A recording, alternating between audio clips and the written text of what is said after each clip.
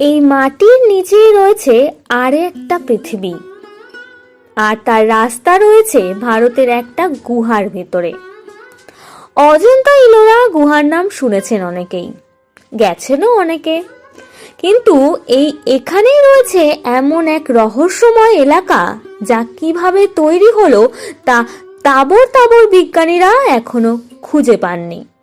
চলুন ঘুরে আসি অবাক করা সেই পৃথিবী থেকে। ভারত তো মন্দিরের দেশ, আর সেখানে এক এক মন্দিরের নেপথ্যে এক এক রহস্যে ঘেরা কাহিনী। কিন্তু কোনো মন্দিরই যদি আপনাকে পৌঁছে দেয় অন্য কোনো পৃথিবীতে, তাহলে কেমন হবে?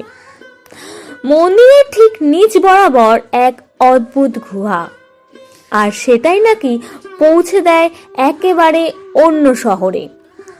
আর এই মন্দির হলোই ভারতের সব থেকে বিস্ময়কর শিব মন্দির। অনেকেই বলেন এমন মন্দির নাকি মানুষের পক্ষে তৈরি করা সম্ভব নয়। এটা ইলোরার 16 নম্বর গুহা, যা কৈলাস মন্দির নামে পরিচিত। আর্কিওলজিস্টরা বলেন যেভাবে এই মন্দির তৈরি হয়েছে তাতে এই ধরনের পাথর কেটে কিন্তু সেটা বলাটা যতটা সহজ, করাটা কিন্তু ততটা নয়। বিজ্ঞান বলছেন এই মন্দির বানানোর জন্য প্রায় 3 লক্ষ টনের কাছাকাছি পাথর কেটে সরাতে হয়। তা তৈরি করতে মোটামুটি 12 লক্ষ বছর সময় লাগবার কথা। কিন্তু ইতিহাস বলছে অন্য কথা।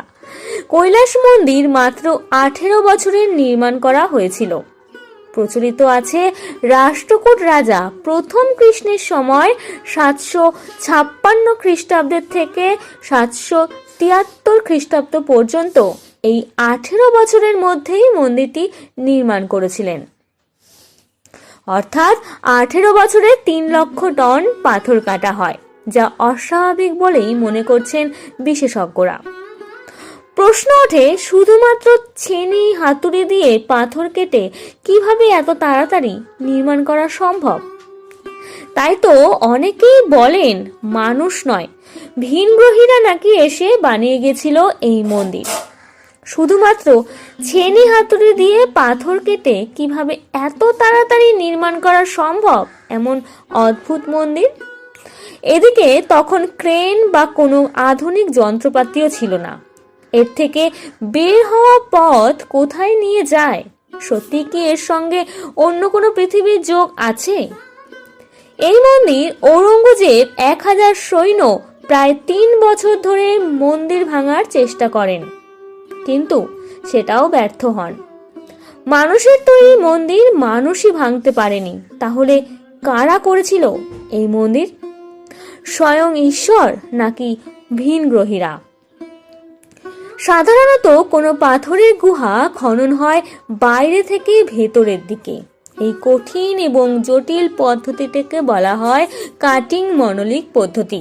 কিন্তু ইলোরার 16 নম্বর গুহায় অবস্থিত কৈলাস মন্দির উপর থেকে নিচের দিকে পাথর কেটে নির্মাণ করা হয়, যা সত্যি এক বিস্ময়কর ঘটনা।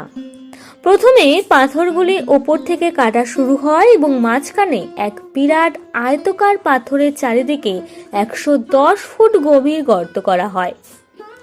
এরপর মাঝখানের ওই পাথরটিকে কেটে কেটে বিভিন্ন কারুকার্য ও ভাস্কর্যের সমাহারে বানানো হয় এই কৈলাস মন্দির।